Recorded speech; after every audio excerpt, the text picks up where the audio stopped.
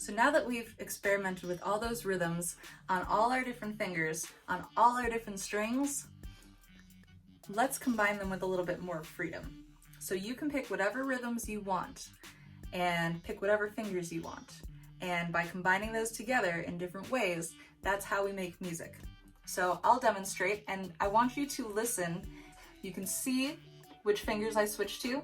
You can hear whether I'm playing half notes, whole notes, quarter notes, eighth notes, 16th notes, different combinations of them.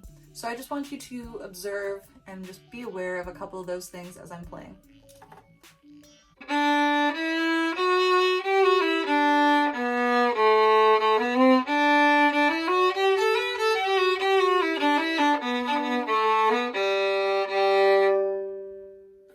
So hopefully you could hear a couple of those things as you were observing me playing. I added a couple of things we haven't talked about, so if you would like to learn those more advanced things, you can join me in the next course, and I would love to show you those things.